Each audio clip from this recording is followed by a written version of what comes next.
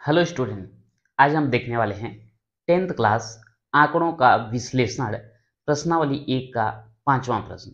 मैं हूं परमानंद पटेल। स्वागत है आपका आपके अपने channel P N Patel classes पर।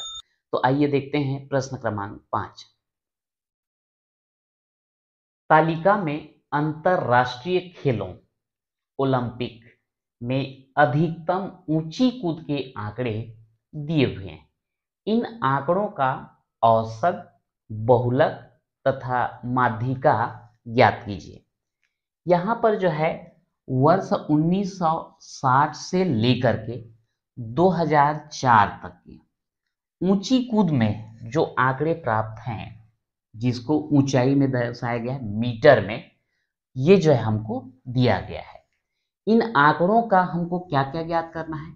एक तो औसत, दूसरा है बहुलक और तीसरा है माध्यिका।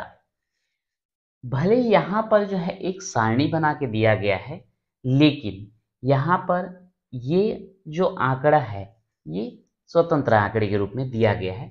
अगर इस टाइप के का हम समांतर माध्य जब ज्ञात करते हैं तो समांतर माध्य बराबर होता है समेशन एक्स बटे एन। ये समेशन एक्स का मतलब क्या है? यहाँ पर जितना भी आंकड़ा दिया गया है इन सभी का योग है, और एन मतलब ये कितने आंकड़े हमको दिए गए हैं। तो सीधा सीधा जो है समेशन एक्स के लिए हम इन सबको जोड़ेंगे। तो यहाँ पर आंकड़ा थोड़ा सा लंबा है, पर सबको लेकर के हमको जोड़ना पड़ेगा। 1.85, 1.90, 1.82, 1.92, 1.93, 1.97, 2.02, 2.03, 2.02, 2.05, 2.01 और 2.06। अब ये सभी के योग में जो है बटे में कितना आ जाएगा? कितना संख्या है? 1 2 3 4 5 6 7 8 9 10 11 12। तो टोटल 12 आंकड़े हैं। तो 12 से इसको हम क्या कर देंगे? भाग दे देंगे। अब यहाँ पर बड़ा काम बोलोगे तो केवल जोड़ने वाला है। जोड़ते हैं।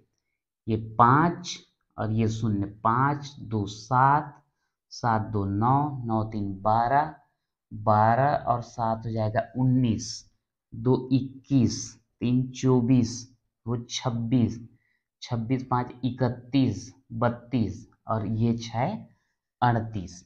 तो 38 का हम यहाँ पर लिख देंगे 8। हासिल कितना? 3। 3 और 8 11, 11 9 20, 20 8 28, 28 और 9 37, 37 और 9 37 3 40, 46, 46 और 9 55, 55 और 0 55, 55, 55, 55, 55, 55, 55 का हम क्या लिखेंगे यहाँ पर? 5। हासिल कितना आया? 5। चूंकि ये दोनों अंक का योग हो गया है, यहाँ पर बिंदु लगा देते हैं दशमलव का, और वो 5 और हासिल जो 5 आया है उसको ये इसको आगे जोड़ते जाएंगे। 5 1 6 7 8 9 10 11 13 15 17 19, 19 2 21, 21 और 2 23। तो ये हो गया आपका 23.58 और बटे में कितना है? 12। अब यहाँ पर जो है 23.58 को 12 से जो है आप भाग दीजिए। क्योंकि यहाँ 2 अंक है तो यहाँ भी 2 अंक लेंगे, तो 12 दूनी करेंगे तब तो ज़्यादा हो जाएगा। 12 एकम 12, घटा दीजिए। 3 में 2 गया 1, 2 में 1 गया 1। अब यहाँ पर अगला संख्या उतारने के पहले दशमलव लगाना पड़ेगा। 5 को उतार दिए।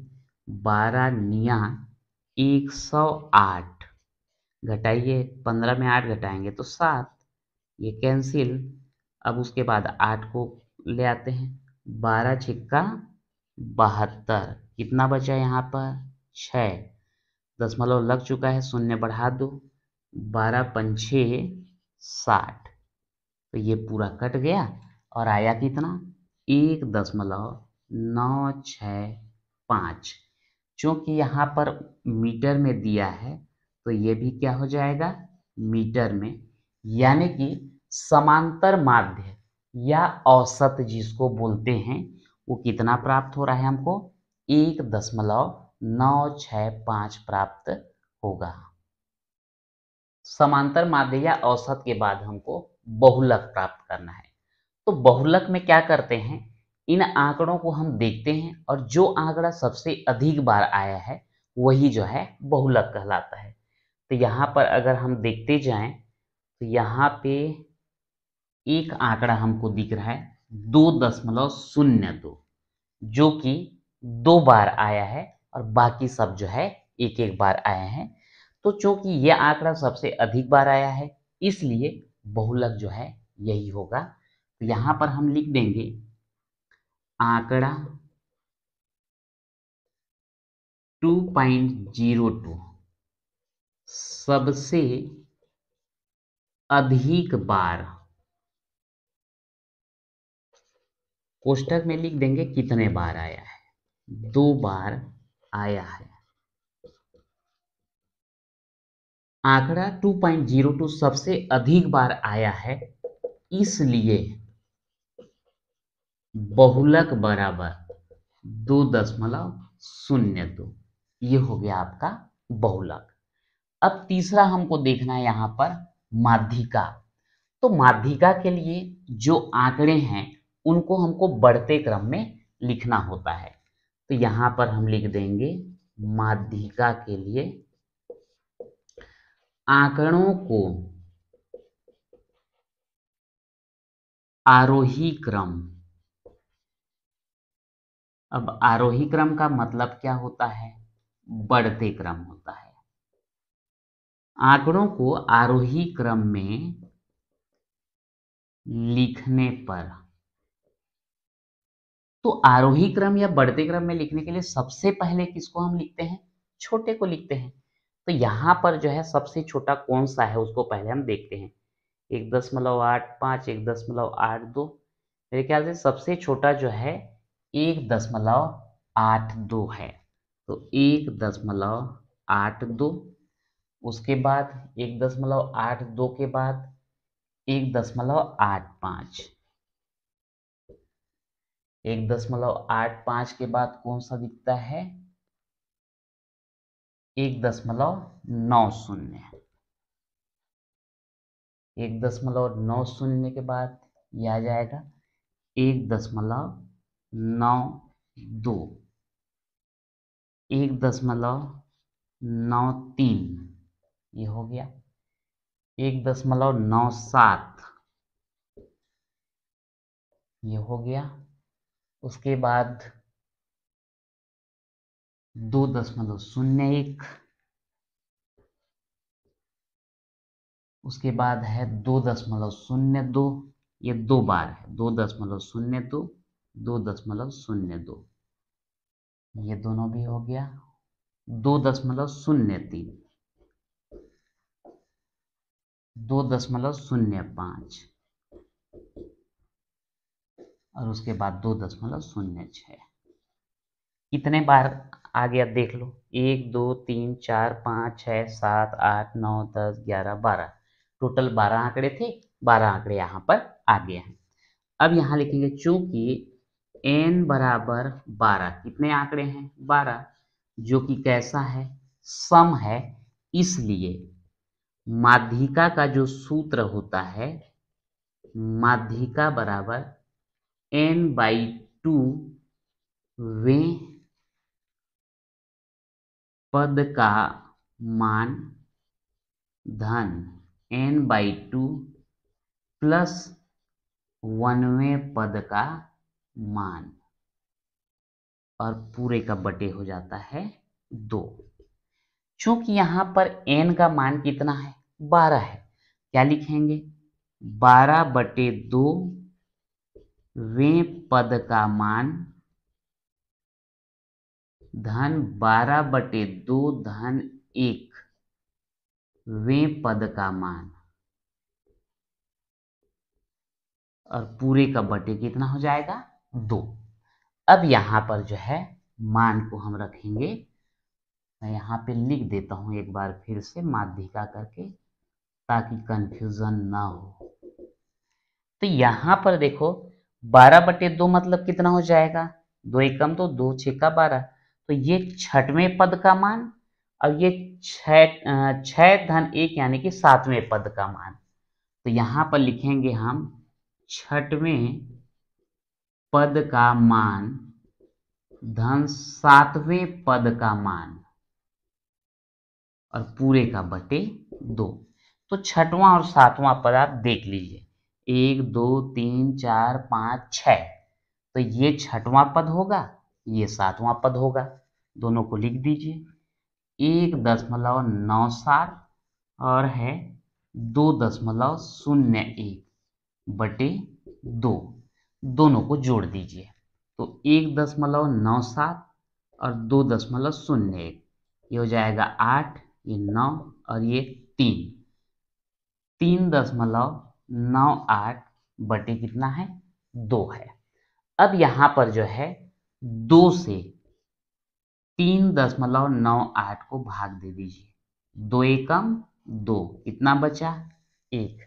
अब अगला संख्या उतारने के पहले हमको दशमलव लगाना पड़ेगा, 9 को उतार दिए, 2 निया 18, कितना बचा 1।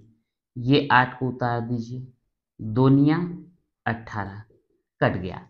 तो इस प्रकार से माध्यिका हमको कितना मिला 1.99, और यही जो है आपका यहाँ भी मीटर लिखाएगा और ये बन जाता है आपका आंसर। तो इस प्रकार से जो है इसमें हमने औसत यानी कि समांतर माध्य, बहुलक और माध्यिका तीनों जो है प्राप्त कर चुके हैं। अगला प्रश्न देखते हैं। 8 विद्यार्थियों का भार किलोग्राम में इस प्रकार है, 30 kilogram, 32 kilogram, 33 kilogram, 29 kilogram, 37 kilogram, 41 kilogram, 35 kilogram और 40 किलोग्राम। ये जो है कक्षा में 8 जो विद्यार्थी हैं उनका जो है भार यानी कि वजन दिया गया है। विद्यार्थियों का औसत भार ज्ञात कीजिए। तो यहाँ पर वही तरीका आएगा, औसत बराबर प्रेक्षणों का योग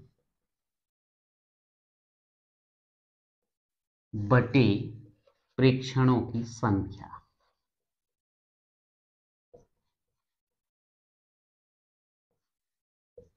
अब यहां पर हो जाएगा, सबको जोड़ना है, 30 धन 32 धन 33 धन 38 धन 37 धन 41 धन 35 धन 40 और पूरे का बटे प्रेक्षणों की संख्या 1 2 3 4 5 6 7 8, तो यहां हो जाएगा 8। अब जोड़ दीजिए, 0 और 2, 2 3 5, 5 और 8, 8 5 13, 13 7 20, 21, 21 5 26 और ये 0 6 हासिल 2, 2 और 3 5, 5 3 8, 8 3 11, 11 3 14, 14 3 17, 17 4 21, 21 और 3 24, 24 और 4 28, 286 बटे कितना 8। अब ये 286 को 8 से भाग दे दीजिए। तो 8 से अगर हम भाग देंगे 286 को, यहाँ एक अंक है तो यहाँ भी एक अंक लेंगे, लेकिन इससे छोटा हो जाता है, हम 2 अंक लेंगे। तो 8 एकम 8, 8 दूनी 16, 8 दिया 24, घटा दीजिए, 8 में 4 घटाएंगे 4 और ये कैंसिल, 6 को ले आते हैं।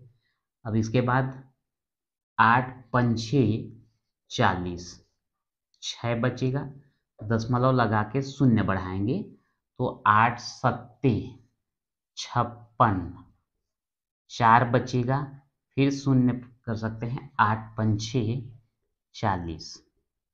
तो इस प्रकार से यहाँ पर कितना आया 35.75 इसमें आएगा, किलोग्राम। तो यहां पर हम लिख सकते हैं अतः विद्यार्थियों का औसत भार 35.75 किलोग्राम है, और यही जो है क्या हो जाएगा आंसर। तो प्रत्येक विद्यार्थी का औसत भार 35.75 किलोग्राम प्राप्त होता है। अगला प्रश्न देखते हैं। लगातार 5 वर्षों में किसी स्कूल में विद्यार्थियों की संख्या निम्नलिखित है: 1150, 1250, 1360, 1275, 1310। इन 5 वर्षों में स्कूल में औसतन कितने विद्यार्थी थे?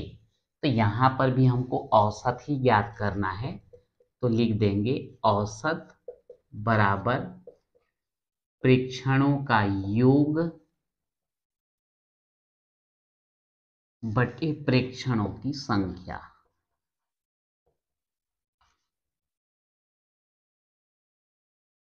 प्रेक्षणों का योग में आ जाएगा 1150, 1250, 1360, 1275, 1310, और पूरे का बटे 1 2 3 4 5, तो यहाँ भी 5, 0 0 0 5 5, 5 5 10, 6 16, 16 और 4 20, 3 23, 23 और 1 24, 24 का 4 हासिल 2, 2 और 1 3, 3 2 5, 5 3 8, 8 2 10, 10 3 13 का 3 हासिल 1, 1 और 1 2, 3 4 5 6, 6345, और बटे में कितना 5।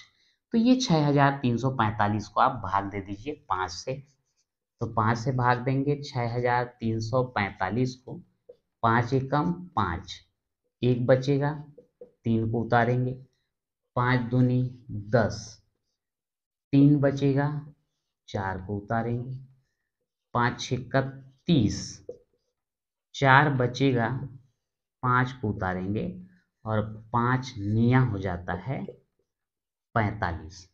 तो ये कितना आया 1269। तो आंसर क्या हो जाएगा? इन 5 वर्षों में स्कूल में औसतन 1269 विद्यार्थी थे, और यही हो जाता है आपका आंसर। तो इस प्रकार से जो है हमने आंकड़ों का विश्लेषण प्रश्नावली 1 कंप्लीट कर चुके हैं। तो आज के वीडियो में इतना ही, मिलते हैं नेक्स्ट वीडियो में।